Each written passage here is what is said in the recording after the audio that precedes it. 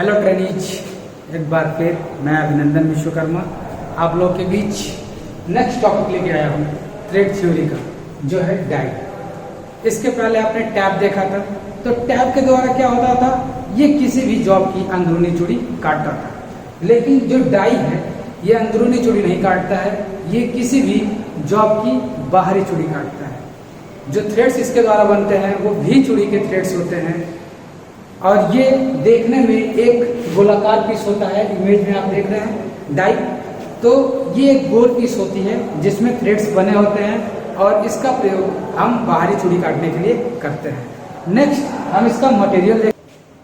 जो मटेरियल होता है इसका, ये प्रायः हाई कार्बन स्टील की बनाई जाती है, और इसके कटिंग एज यानी जो थ्रेड्स होते हैं इनको हार्ड व टेम्पर कर देते हैं।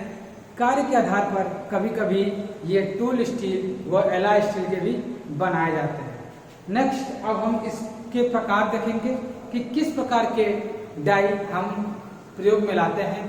जो हमारा पहला है सॉलिड डाई। ये नाम से ही देख रहे हैं कि ये सॉलिड पीस की होती है। यह एक गोलाकार पीस होती है जिसमें इंटरनली चूड़ी बनी होती है, और इसमें 4 फ्लूट्स होते हैं जिसके द्वारा चूड़ी काटी जाती है।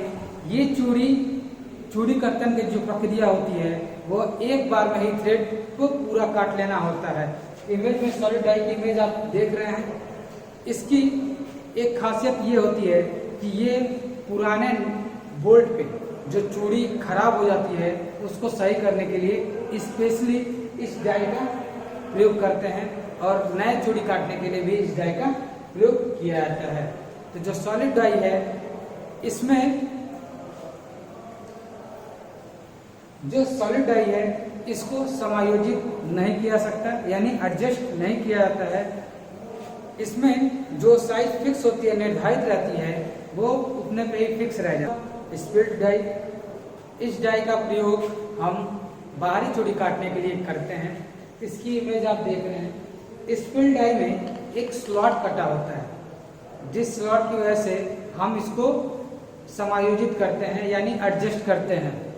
जब चूड़ी कर्तन की प्रक्रिया की जाती है तो इसमें 3 सेट स्क्रू लगे होते हैं जिनको थोड़ी थोड़ी कसकर एडजस्ट किया जाता है, और 2 या 3 बार में पूरी चूड़ी का कर्तन किया जाता है। स्प्लिट डाई में स्टैंडर्ड V शेप की चूड़ी कटी होती है जिसका प्रयोग हम बाहरी चूड़ी काटने के लिए करते हैं। इमेज में स्प्लिट चूड़ी की इमेज देख रहे हैं। नेक्स्ट 2 पीस डाई हमारा तीसरा है। 2 पीस डाई नाम से ही देख रहे हैं 2 पीस, इसमें 2 पीस होती हैं। इस डाई को हम डाई बिट्स भी कहते हैं। इसका प्रयोग हम बड़े जॉब में बाहरी चूड़ी काटने के लिए करते हैं। जो ये 2 पीस डाई होती है इसको हम समायोजित करके प्रयोग में लाते हैं। ये आकार के आधार पर कभी गोल और कभी स्क्वायर दोनों शेप में पाए जाते हैं, और इसका मैक्सिमम प्रयोग बड़े जॉब पे थ्रेडिंग करने के लिए किया जाता है। इन डाई बिट्स को हम डाई स्टॉक में फिट करके अपने आवश्यकता अनुसार इसको समायोजित करते हैं, और इसके द्वारा 2 या 3 बार में इसको समायोजित करके चूड़ी कर्तन की प्रक्रिया पूरी करते हैं। इसको 2-3 बार किया जाता है। नेक्स्ट डाइनेट। डाइनेट आकार में स्क्वायर या हेक्सागोनल शेप का होता है। इसमें 4 से 6 फ्लूट्स होते हैं जिनका प्रयोग हम बॉक्स स्पैनर या सेट स्पैनर के द्वारा प्रयोग करते हैं, और इसका मुख्य प्रयोग पुरानी चूड़ियों को सुधार करने के लिए किया जाता है। Next die plate. Die plate ये कार्बन स्टील की प्लेट होती है। इस प्लेट के ऊपर 4 से 5 पंक्तियों में भी थ्रेड्स बने होते हैं। इसका मुख्य प्रयोग 3 mm से कम मोटी साइज की चूड़ी बनाने के लिए किया जाता है।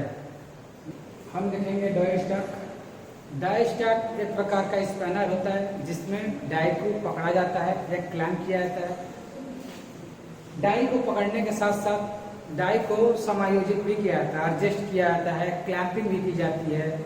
तो डाई का स्पेशली प्रयोग डाई स्टॉक का स्पेशली प्रयोग डाई को पकड़ने के लिए किया जाता है। डाई स्टॉक भी कार्य के आधार पर वो आकार के आधार पर कई तरह करके प्रयोग में लाए जाते हैं, जिसमें हमारा पहला है सॉलिड डाई स्टॉक होता है। सॉलिड डाई स्टॉक यह सॉलिड पीस का बनता है। ये गोल या आयताकार हो सकता है। इसमें दो हैंडल लगे होते हैं, जिसको हैंडल के ऊपर नर्लिंग कर दिया जाता है, जिससे डाई ऑपरेशन करते समय हाथ में फिसलने की संभावना न रहे। इसमें डाई को पकड़ने के लिए 3 सेट स्क्रूज लगे होते हैं। जो आप सॉलिड डाई का इमेज देख रहे हैं, ये हमारा सॉलिड डाई है, जिसमें 3 सेट स्क्रू होते हैं और इसको समायोजित करने के बाद डाई को पकड़ते हैं, जिससे हमारी थ्रेडिंग प्रक्रिया पूर्ण होती है। एडजस्टेबल डाई स्टॉक, इसमें एक पीस जो होता है वो डाई का होता है और 2 अलग से इसमें हैंडल को फिट किया जाता है। इमेज में वो भी आप देख रहे हैं। और इसका भी मुख्य प्रयोग डाई को पकड़ के समायोजित करने के बाद थ्रेडिंग प्रक्रिया की जाती है। हमारा नेक्स्ट है क्विक कट डाई स्टॉक। इस डाई स्टॉक की बॉडी सर्कुलर शेप की होती है और इसमें 2 एडजस्टेबल हैंडल फिट किए जाते हैं और इसका मुख्य प्रयोग सेट स्क्रू के प्लेट को एडजस्ट करने के लिए किया जाता है। इसके द्वारा भी हम डाई को पकड़ने के बाद जॉब के ऊपर थ्रेडिंग प्रक्रिया करते हैं।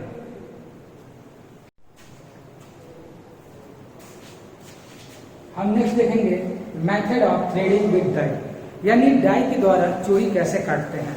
तो इसमें जो सबसे पहले प्रक्रिया है, हमको जिस जॉब पे चूड़ी काटनी होती है उसका साइज देख लेते हैं। उसके साइज के अनुसार ही डाई का चुनाव करते हैं। ठीक है, जिस जॉब पे थ्रेडिंग करनी होती है उस जॉब को हमको चेम्फर करना पड़ता है। जैसे हम एक जॉब की रचना कर दे रहे हैं, ध्यान दीजिए आप सभी लोग। ये हमारी एक जॉब है।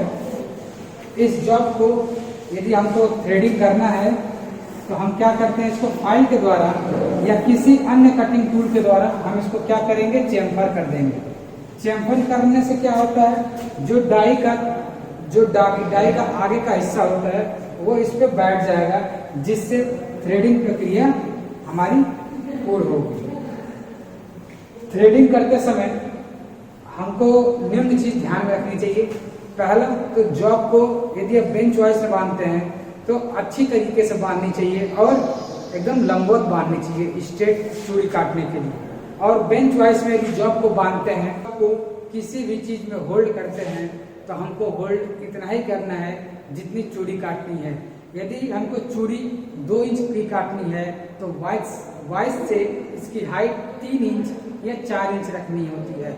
इससे अधिक हमको नहीं रखनी होती है। ठीक है, चेम्फर कर दिया, वाइस में जॉब को सीधा बांध दिया। अब जो काटने की प्रक्रिया होती है तो हैंडल को फिट करने के बाद इसको क्लॉकवाइज की दिशा में चलाया जाता है। यदि क्लॉकवाइज दिशा में चलाएंगे और एंटी क्लॉकवाइज की दिशा में भी चलाएंगे, जिससे जो इसका चिप्स होता है वो नीचे की तरफ गिर जाए।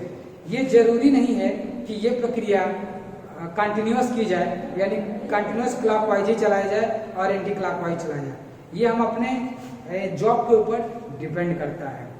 ठीक है, हमको जॉब के अनुसार कटिंग फ्लूट की आवश्यकता पड़ती है।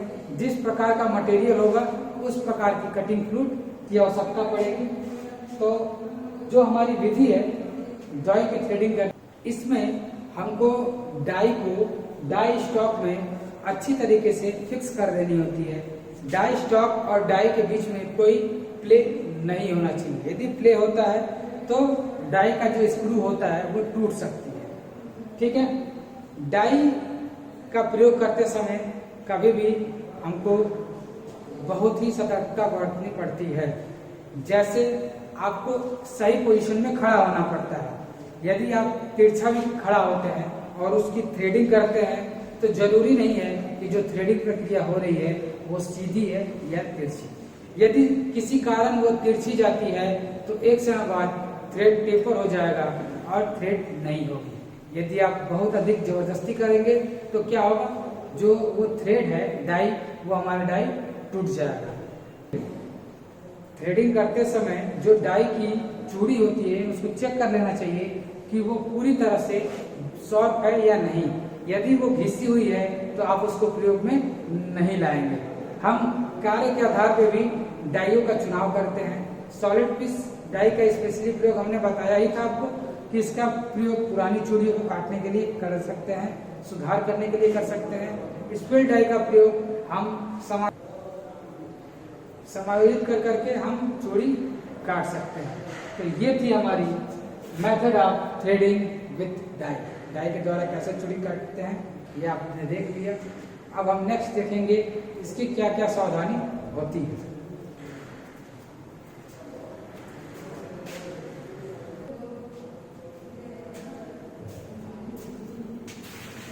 नेक्स्ट प्रिपरेशन यानी सावधानी। हमको डाई से चूड़ी काटते समय निम्न सावधानी बरतनी चाहिए। सबसे पहले तो जिस जॉब में थ्रेडिंग करनी होती है उसका साइज सेलेक्ट करना चाहिए और उसी के अनुसार डाई का चुनाव करना चाहिए। डाई पर अत्यधिक दबाव नहीं देना चाहिए। डाई को थ्रेडिंग करते समय उचित कूलेंट का चुनाव करना चाहिए। काम करने से पहले और काम करने के बाद डाई को साफ कर देना चाहिए। किसी भी तरह से डाई को गिरने से बचाना चाहिए। ये थे हमारे डाई के कुछ महत्वपूर्ण सावधानियां। वैसे भी आप सभी ट्रेनीज डाई का प्रयोग करेंगे चूड़ी काटने के लिए। हम आशा करते हैं कि ये जल्द ही लॉकडाउन खत्म हो और आप अपने संस्था में दोबारा आएँ और पूरी तरह से प्रैक्टिकल का कार्य सुचारू हो जाए, जिससे आपके जो भी मेथड्स हैं ट्रेनिंग की ये पूर्ण हो।